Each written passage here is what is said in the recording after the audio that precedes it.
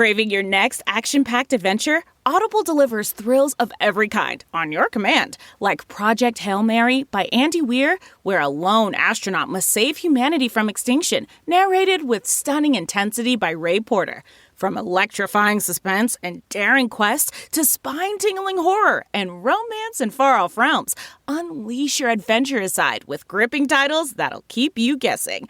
Discover exclusive Audible originals, hotly anticipated new releases, and must-listen bestsellers that hook you from the first minute. Because Audible knows there's no greater thrill than the one that speaks to you. Discover what lies beyond the edge of your seat. Start your free 30-day trial at audible.com/WonderyUS. That's audible.com/WonderyUS. Edit audio. Before I had my kids, I read somewhere that bilingual children have higher IQs. Now, a fact like that is probably the worst thing for someone like me to read. Now, I didn't even have kids yet, but I had already crafted a plan that my bestie would be available every Sunday so we could have Solamente Sundays. It's a really good accent, isn't it? We would only speak Spanish, so the kids, yes, kids, I didn't even have one yet, and I was already envisioning siblings. So they would be fluent speakers in a second language, something that I always wanted but never had. Now, it didn't matter that my friend didn't live in town with me or that I hadn't asked her if she wanted to be my kid's Spanish teacher. It just felt critical to me that I put this in place so my kids could thrive. I needed my kids, that didn't exist yet, to have all the support in the world. Hello, everyone. I'm Robin Hopkins, and this is Well Adjusting, where I talk to people about life stuff, but not in an NPR way. It's more like we're at the bar, having cocktails, getting into your business sort of way. It's giving drunk NPR. Oh, and producer Steph is here too. Hello. Today we chat, well, building a community for your kid.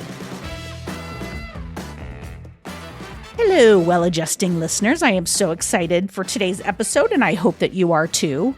Oh, and in case you happen to be new here, welcome. Okay, we are so happy that you found us.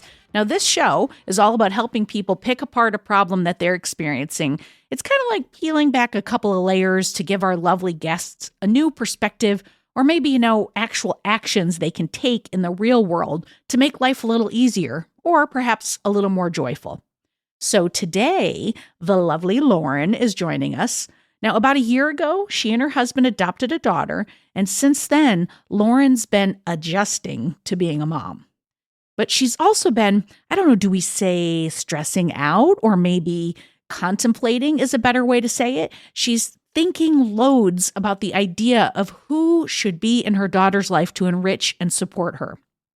Now, she wants to make sure her daughter's life is full of love and lessons.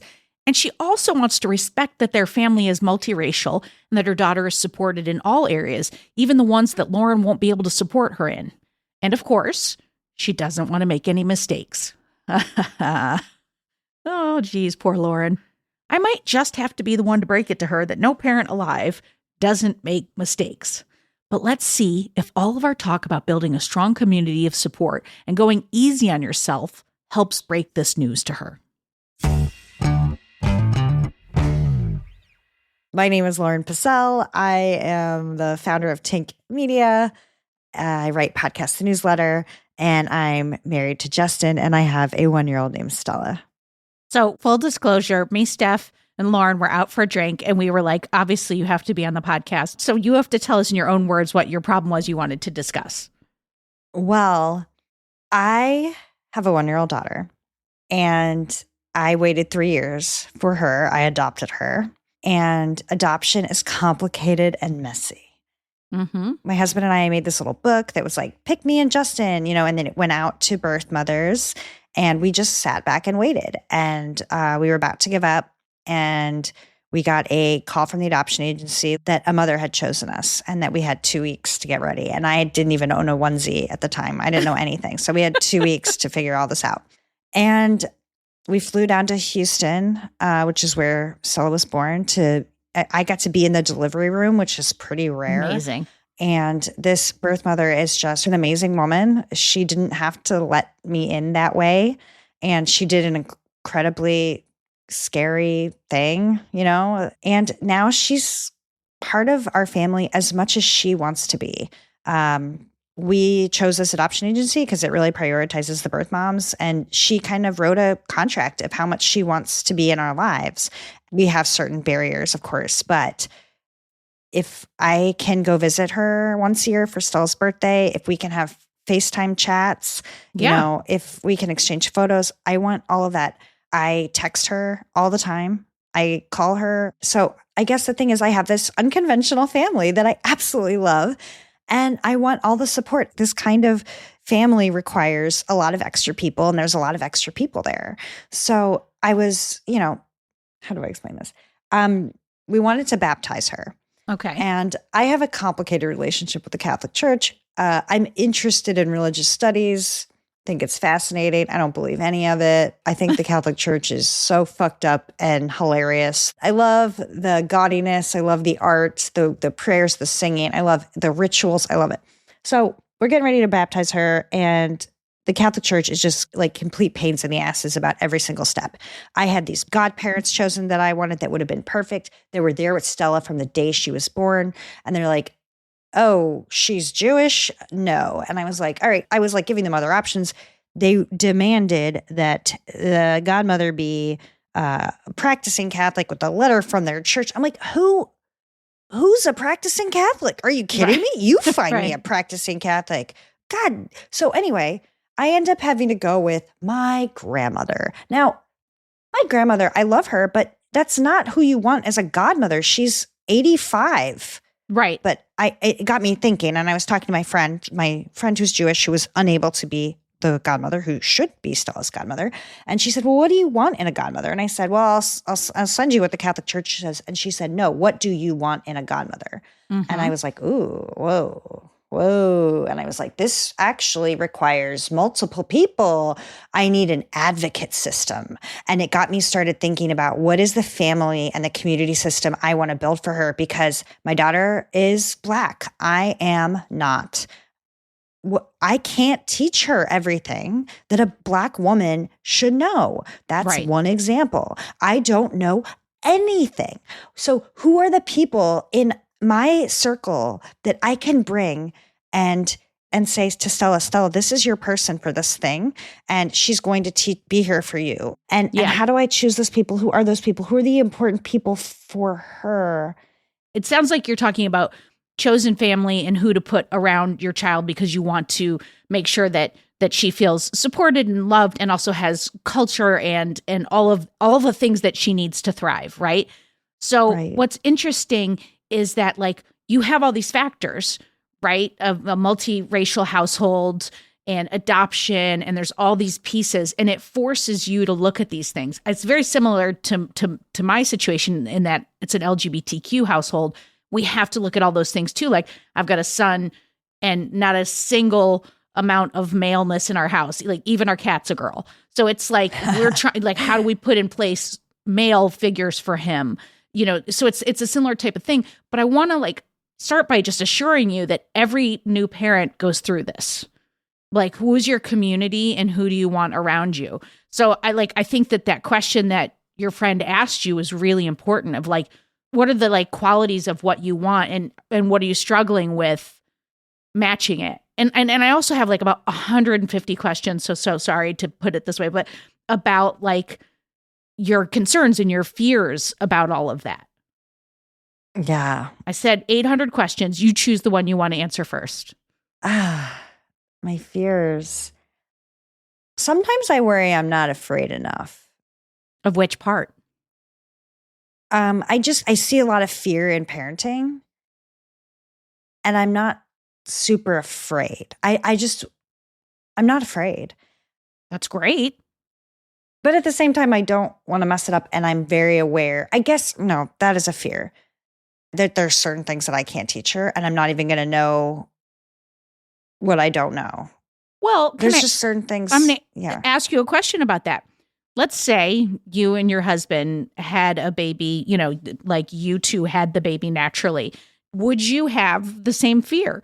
Like, there are certain things I'm not going to be able to teach my child. Like, I had my daughter naturally, and I can't teach her makeup. look at this outfit I'm wearing right now. Like, I can't teach her dating men. I can't teach her, like, that no matter who you are as a parent, there's always going to be things you can't teach them. Yeah. But you can teach them how to be in the world. Like, Yes. can you be a good And person?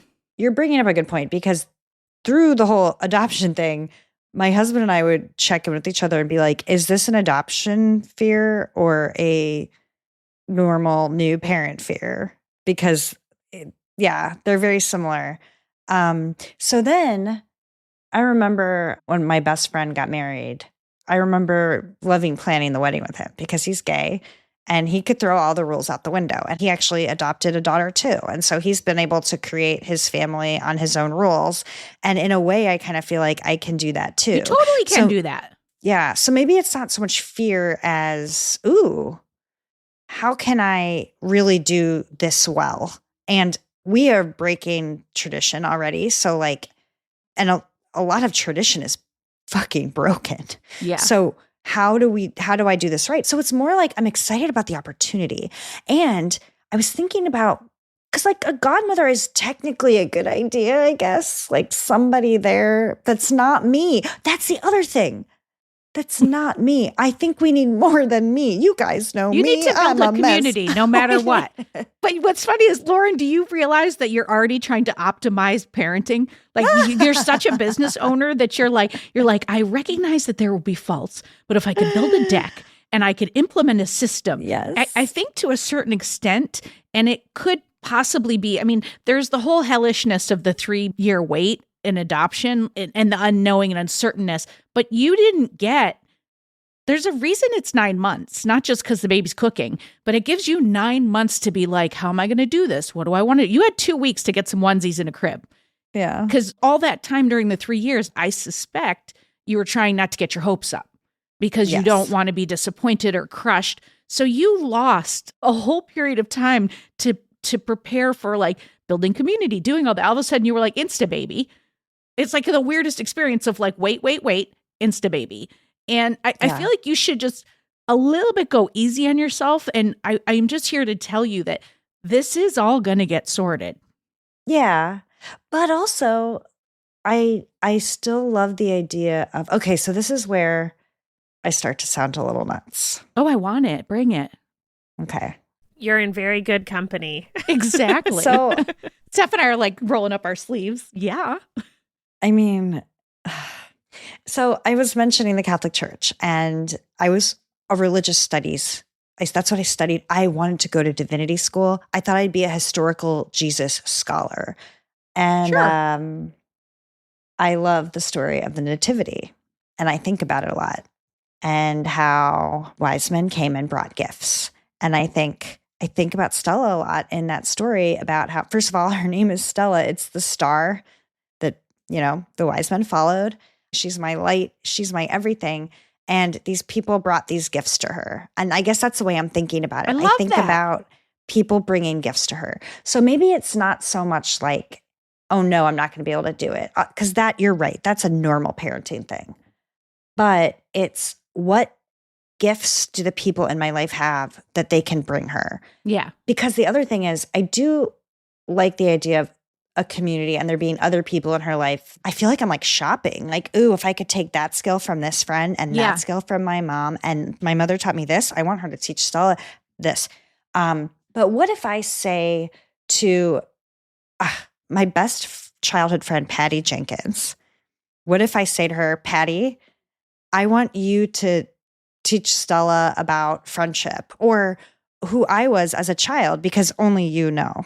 So that's your one job, and you can check in with Stella. And when you see her, that's you of one job. So that's the way I'm thinking about it. Yeah. Maybe it's not so much coming from a place of fear. No, it's you're like a CEO who's like putting people in place. And I absolutely love it, because I do think, I mean, there's a reason that whole phrase in that book, it takes a village, exists, is because it does. It does take a lot of people. It reminds me of when my kids were, and maybe it was even before kids, like I had this vision of my best friend Heather is fluent in Spanish, and we were going to have Solamente Sundays, where we only spoke in Spanish, and the kids would learn. Well, it didn't really. She came over on Sundays, but it didn't happen. But like, it doesn't mean it's not a great idea. It's like you're project planning this, and to some degree that's great because she's a baby and she can't do it for herself. But at some point she's going to decide, and that point could be at 4 or it could be at 15. But at some point she's going to be like, I like the vibe of this person and I don't like the vibe of that person. And also I want to learn more about this and I don't care about this. Well, for sure, that's true. Absolutely. But it's also, I think there's an in-between stage where you are putting people around them, but I think it is less formal, right? Well, Robin, who's around your children and how did they get there? So, okay. So like, I really cherish friendships. I seek out people that are good people in the world. And then when I find them, I'm like, oh, we're friends now. And then I keep them in my orbit. And I put them all around my kids. And I look for things that might be lacking. And I think this might be really particular to your case. Like, you're like, my daughter's Black, but I am not. So my son is a boy. I am not. So like, I try to put people around. So I made sure to sign him up for a lot of sports where there'd be male coaching. I looked for any of my guy friends from college. To this day, when I go to my friends Aileen and Bud's house, I'm like, listen, I'll pay if you and the boys take Henry golfing. I pay for everybody, you take them golfing. So I just look for things and I put them in place. But I do think to a certain extent, just having your people around, like Patty Jenkins, and calling her Aunt Patty, like you're giving a nod to the kid, like this is a person who's important to me. And my kids understand chosen family because everyone around them is aunt or uncle this. And they don't know that I have thought behind who's there, but they're there. And to Steph's point, at some point they do choose. And then I foster those people. Like Maxine was obsessed with producer Steph. Obsessed. So I needed clothes for some stupid thing. Steph took me shopping. I brought Maxine so that Maxine could be like her little helper because I knew that she just connected to her. So you look for the connections and you watch. And I think there needs to be a trust in you hire people, yes? You look for things in people. You look for people who work well together. You're going to do the same thing. But to Steph's point, maybe a little less project managing. Yeah, I never saw it this way. This is so interesting. Also, I worry that it was a little is a little okay, I found my team, my employees, and I assigned them, and now I'm leaving. Or you know what I mean? Like, you got that, right? You're going to teach her about friendship because I don't want to worry about that. Like, I wonder if that was in my head a little bit. Like, not just like I'm not good at that, but like I can't do it all. I don't want to have to. So this way that you're talking about, that's the harder thing to do. It is harder if you're a control-oriented person, which I'm not, I think everyone. though. I am. I can only say that. Steph's making a face at you. I don't know. I don't think you're control and you're a planner. Goal-oriented. Okay. If you're a person Yeah. who likes things to go away and you like to set things up and you like them to be, you're strategic, let's say it like that, like it can be harder because I think one of the first things that I learned from people was they're often like, let the child lead. And nothing I hate more than let the child lead because you're just like, what? I want them to be who I want them to be. But it always reminds me of that Oprah thing. Like it was something like your children are not yours, they're of you. Like I always think of it as my job is to just like give them the things so that they're good people in the world and then let them be the type of people they are meant to be. But it's very difficult to do. It feels like you're looking at what could be of Stella rather than looking at like what is of Stella. And like in business, this often happens where like you hire someone in a role, right? And then naturally, for some reason, companies are like, well, once you get to a certain point in that role, you'll become a manager. But like they don't usually check in with the person to be like, do you want to be a manager? Mm-hmm. You know, they're just like, well, that's the trajectory. And I've put the system in place and the people that are going to coach you to be a manager and blah, blah, blah, blah, blah. And I feel like you're doing a bit of that with Stella, where it's like, well, these are all of the people that I have and the things that you could grow into, which like part of that is beautiful because she has the options, right? So if you're thinking of it as like a plethora of options and support, it's beautiful. I think when it becomes trickier is when it's not seen as like an option and instead it's seen as like, well, this is the person that's going to teach you this and you will like do that, or this is the person for that. It's like, It's more of a like, these are the people that are open to you if you like vibe with them, and then who knows? Right. Maybe Stella will want to be a hockey player. Did you put a hockey coach in? Oh my gosh, I place? didn't even think about the hockey You know? players. Ah. You can't. That's the thing. You can't possibly know who they're going to be. Like I got two kids raised in the same house, so fucking different. And I'm all the time being like, didn't we parent them the same? When it comes to parenting, the challenges can feel endless, like figuring out dinner while juggling everything else. That's where Graza olive oil comes in. Graza is single origin from pure Picual olives in Jaén, Spain, and offers 3 types. Sizzle for sautéing veggies, frizzle for that high heat crisp, and drizzle for dressing up salads or desserts. And forget messy tin cans. These come in easy-to-use squeeze bottles. Visit graza.co. Use promo code EVO for 10% off the trio and start making meals more joyful. It's funny. I almost wish it's like I need to talk to the people on my team to figure out what kind of mother I am or what kind of leader I am. Like, because with them anyway, and I listen to them. I can't believe I'm talking about my business when comparing it to my parenting, but like There's I similar am skill kind of sets, like- though. I am very much like, what do you want to do in this team? Like, what do you want to, I'm not very control. In fact, I think I'm the opposite. And I think like, I am not a perfectionist, and I am not a perfectionist. I am one of those people that like says a lot of things and launches a lot of things, and I mess up a lot, and I'm okay with that. I don't get easily embarrassed. So it's not perfectionism. By the way, we could probably just like end everything right there then, because that's the whole thing of parenting, is that you try a lot of things, and when it fucks up, you don't beat yourself up. If you can do Yeah. that as a parent, if you can put people in place and be like, I thought Peggy was going to be this for my kid, but they're not. Next. I think what you're teaching me though is okay. Because the first question that you asked me was like, do I have fears? Is this supposed to be my therapy session? Because that's what it is. But you asked me about my fears, and I was like, I don't have fears. I'm not afraid of anything. And it seems like I didn't realize how afraid I was. I think, tell me what you think about this. I think it all comes down to the fact that I am not Black and she is. And that's, not everyone even thinks that I should have her, Yeah. And that's what I'm afraid of. Yeah. And I think it all comes down to that. So me thinking I'm not, I don't have the tools for her. No, so you want to give her everything. So, but what you're kind of saying is like, yeah, you don't, and no one does. The fact that I can watch her and help her build her own community, I can do that. I can't do that. Listen, there are many, many, many people in this world that think I shouldn't parent my own children that came from my body. Many people think I should never have done that. You cannot worry about those people. Yeah. I'm not saying ignore. I think it's incredible and it's important that you honor, her culture, and that you make sure that you put things in place to help her understand her experience in this world, because that is going to be different from yours. And I think that's important. And it's true of every parent, but we should never minimize that in your case.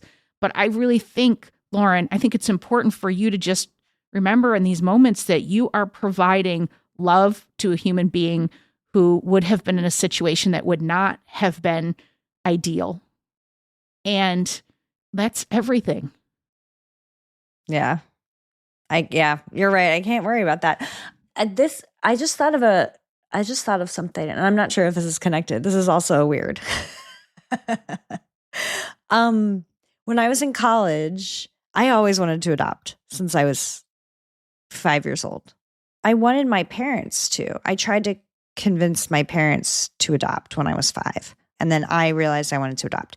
And I wrote this paper in college that no one understood. And then I think to this day, I try to explain it to people and they look at me like I'm nuts. So I'm bringing this up again. I wrote a paper about how I thought I would be a better mother if I adopted than to my own children. Because I would be like looking at them as a real person and not as someone who has my shit and my problems and is exactly like me and has my issues and stuff. And I thought, I can help you because I'm going to look at you like a real person. And now I'm looking back and thinking, maybe I am more controlling because that seems like a business thing to do, right? It seems like you're trying to avoid pain. Yes. Yes. Because it's like you're trying to say, like, I don't want to have all these things, so my shit won't be in. But then naturally, this other side of problems comes up. It's like, I think the thing that might be really great for you to walk away embracing is that you will not come out unscathed as a parent. Your children will not come out unscathed. It is impossible. We are human beings who bring our own shit, whether they came from our body or not. You know, like my wife adopted our kids. She's not biologically connected. My kids have many similarities to her. Some of them have some of her stuff. They have some of my stuff. They got all the stuff because they're in your house. It's unavoidable. And I think it's really interesting that even back then you were trying to solve the problem of parenting. You're like, fuck that shit. I'll just adopt. Right. And then that doesn't cut to different set of problems. Yeah. Like sliding doors. Yeah. I mean, what does that feel to like sit in that for a minute to just be like, that really did. I really just stole that from my therapist, Patricia. So sorry, Patricia. But I'm really curious. What does it feel to like think about that like that? I mean, it's enormous because I've been thinking about that for 20 years. Yeah, it's kind of a weight, I think, off my shoulders. Yeah. Because I think maybe a lot of the things that I was worried about and maybe feeling a little alone because I was like, oh, this is because I did not give birth to this baby. And really, I'm not alone because it's a parenting thing. Maybe.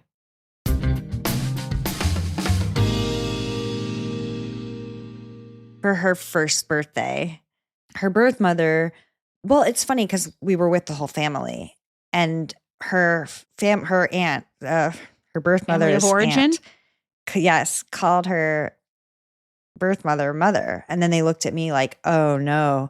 And I was like, no, you're her mother too. Like, you can do that. You can call her that. Like, I don't know what to call. We don't know our names for each other yet. But for her first birthday, I flew her down to this tiny town in the South to be with her birth mother, her half siblings, her cousins, her aunts. And I was really scared to do it. You know, there's nothing to prepare you for that. Like, I don't know anyone that's ever done that before because part of the contract, we're going to go do this once a year. And my only fear is that Stella's birth mother, the only thing that I have there is that she eventually will drop out and say, I have this other life now. I'm still young. And then I'll have to explain to Stella, you know, she was there and now she's not. But I can't worry about that right now. Right now, we're going to get to see her every year. But you can put resources in place right now, though. And I would really encourage you to do that, Lauren, because, you know, I hosted for years another podcast that was about creating LGBTQ families. And we talked a lot about adoption. And one of the consensuses that I heard was that there's a missing piece. And I think that that's one of the reasons that we went from closed adoptions to open adoptions so that they trying to bring it in. And it's a similar philosophy that I've used with my kids about talking about and finding the right language, because it's like that is a struggle of we call the donor, we call him the donor, not a dad. Some people use different language. That's the language in our family. But like having an ongoing conversation from when they were young and then just adding on to the conversation as you go. So it is part of her history. So if that happens, it doesn't happen out of nowhere. So you don't, it's not a worry you have to take on, but it is probably some work that would be beneficial for her if you were to start putting that into place. Like there's so many books, I would encourage you to find adoption support groups. You don't have to do it all yourself. You could just look around and someone will say something, you'll go, oh, I didn't think to do that. Like you should not try to reinvent the wheel on this. But I do think that that's an important thing that you're thinking about, to put that into place, because it is an unknown. And I guess a lot of the thing too is back to like me being like, okay, then how do I plan to prepare for this? Like it is a lot of like chill, sit back, see what kind of person she is and how she deals with things, and but get support. Take it one day at a time. But yes. Well, yes. And I mean, and that's hard to, those two things have to happen at the same time. Yeah.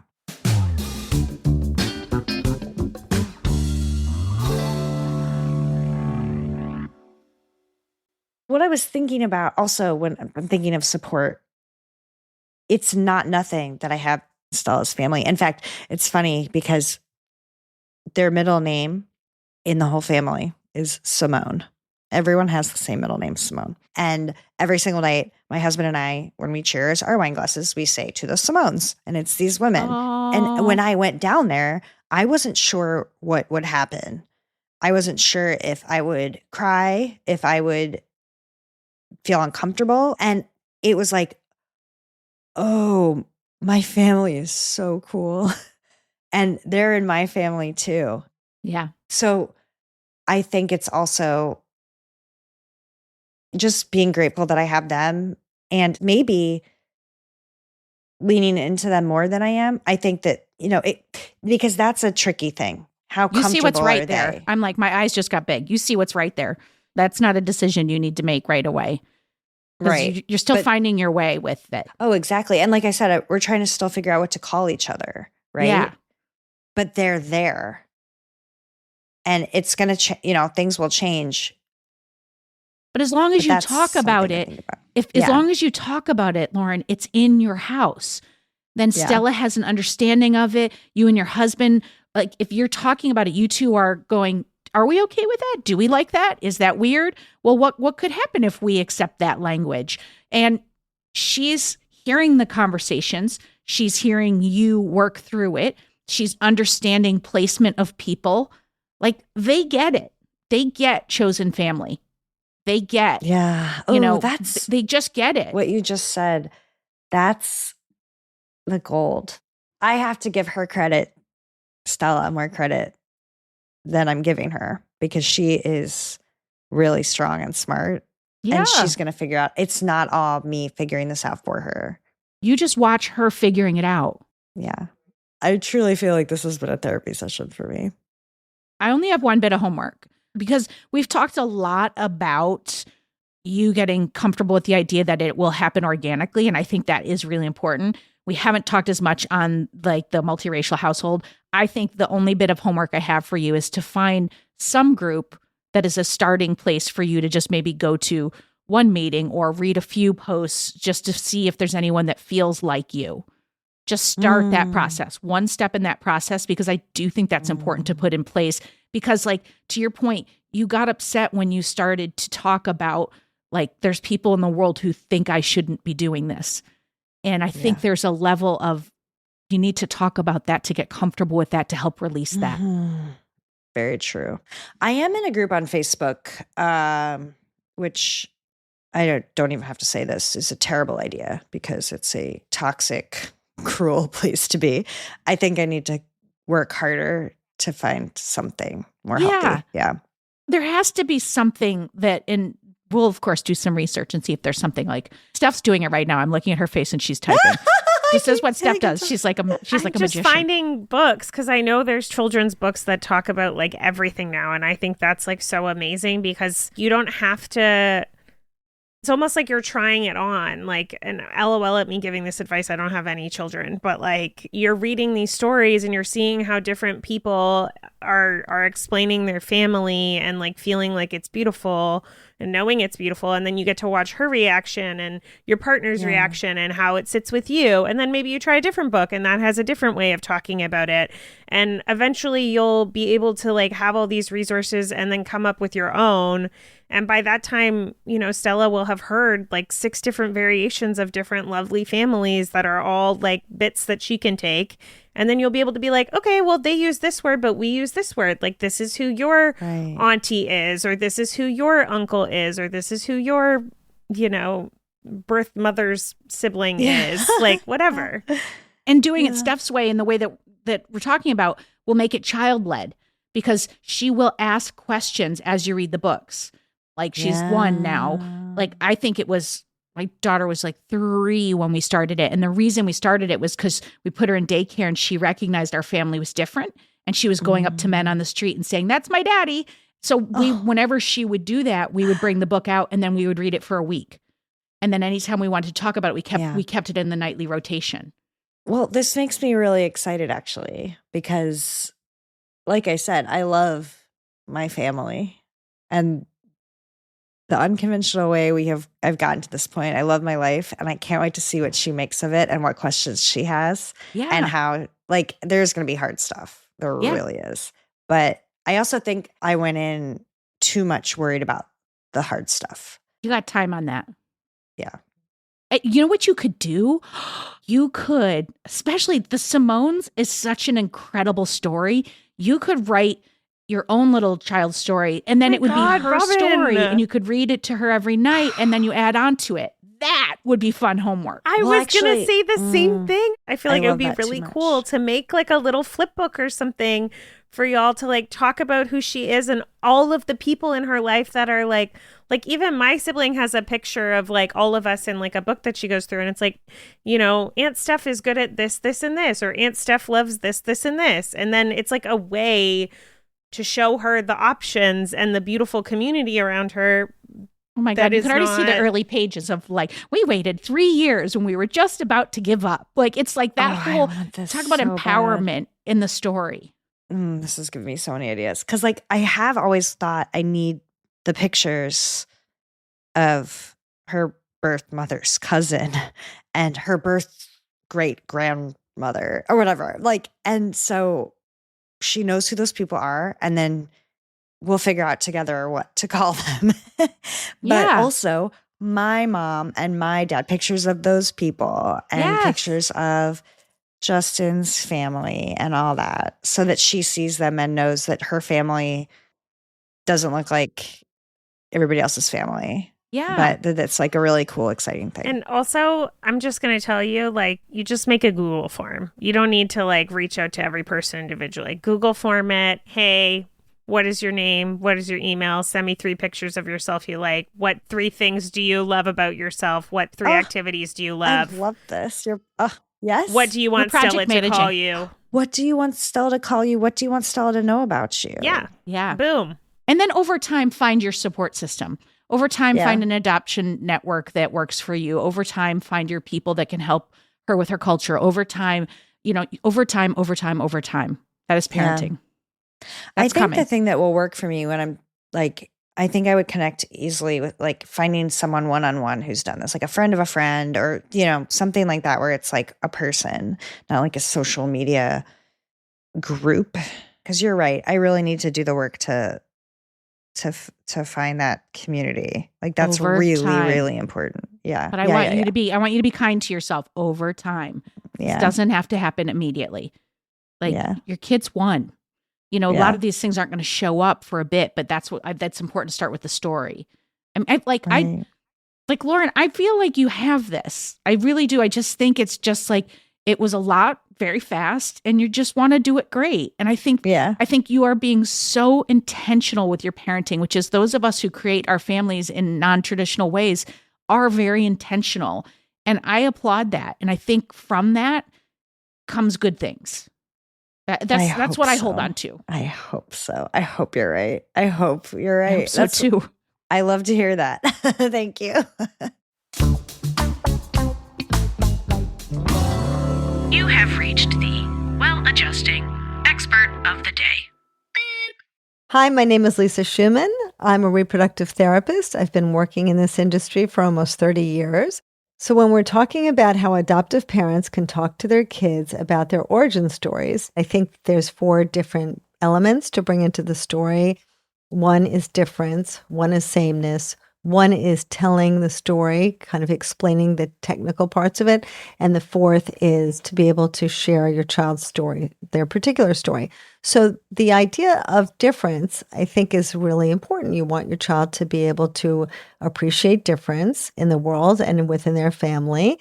And so it's nice to be able to not only give them books that reflect different sorts of families, but also expose them to different sorts of families. And sometimes people, live in or near big cities. And so we're very fortunate to be able to say to our families, oh, look, here's two moms, here's one dad, here's someone who's adopted or someone who was donor conceived. We can say those things. If you live out in the middle of middle America and you don't have that opportunity, then maybe you find TV shows or even divorced parents or single parents. But the idea is so that your child feels like this is the way families are built. It's not just them, and that they can start to develop this appreciation for difference. The most important thing is to get comfortable with it because children don't understand always what we say. They understand what we do. They understand how we feel. You can kind of pick up a vibe just in the room when somebody's anxious. So parents naturally are going to feel nervous about this. They want to get it right. They want their children to feel comfortable. And so if you have the opportunity to practice your narrative, some people really like technical language. Other people like to talk about it in metaphor. Some people like storybooks. So you find ways to talk about it that feel good for you and your partner if you have one. And then you practice and you get the kinks out and you get comfortable with it. And as you do that, it just starts to roll off your tongue more naturally. So your child just grows up with this understanding that this is the backdrop of their life. This is how they came into the world. And it's perfectly natural for them. It's not unusual for parents of non-traditional families to worry about how to prepare their kids for difficult experiences in the world. And I think, again, practice is so important. You really want to make sure that you feel comfortable with whatever you're going to say. I mentioned a story in my book, and I have adopted children, where I brought my kids to school and they had a kindergarten teacher who was lovely. He was experienced and wonderful. And his assistant was a woman who was very sweet, but she had a very, very traditional idea about families. And at this parent-teacher conference, she said to me, well, you don't need to come to this meeting because those aren't your kids. And I said, what do you mean? She said, well, you take care of them, you love them, but they're not your children. They didn't come from you. And so, I understood she didn't mean to be hurtful. Meanwhile, I'm thinking my daughter's hearing this at the same time that I'm hearing it. And you're stuck in a situation where how do you handle this in front of your child with that person who sometimes people are hurtful and sometimes they don't mean to be. So I think the key is really to think about ahead of time. How am I going to handle these situations? And if you can practice ahead of time, it will really help you because then you have some go-to responses in your pocket, right? You can say whatever you want. And if you want to lecture, if you want to be private, if you want to share things, practice so that you're ready when those things happen. Okay, friends, that is a wrap. But before we go, I want to say so many thanks to Lauren for joining us, sharing her story, and just for being so open. I got to tell you, Stella's going to be an amazing kid, Lauren, because you're at the helm. Keep up the good work. And thank you to Lisa Schumann for bringing all her personal and professional advice on this subject. It was needed. It was necessary. And if you want to learn more about Lisa and what she does in the family building space, check her out on Instagram at the Center for Family Building.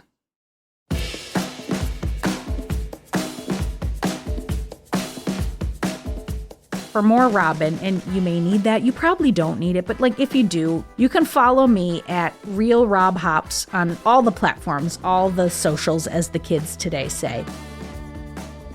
Well Adjusting is an Edit Audio original series. It's exec produced by Steph Colburn and Robin Hopkins. Our producer and editor is Maria Passingham, and our production manager is Kathleen Speckert. Thank you to the entire Edit Audio team and to you for listening.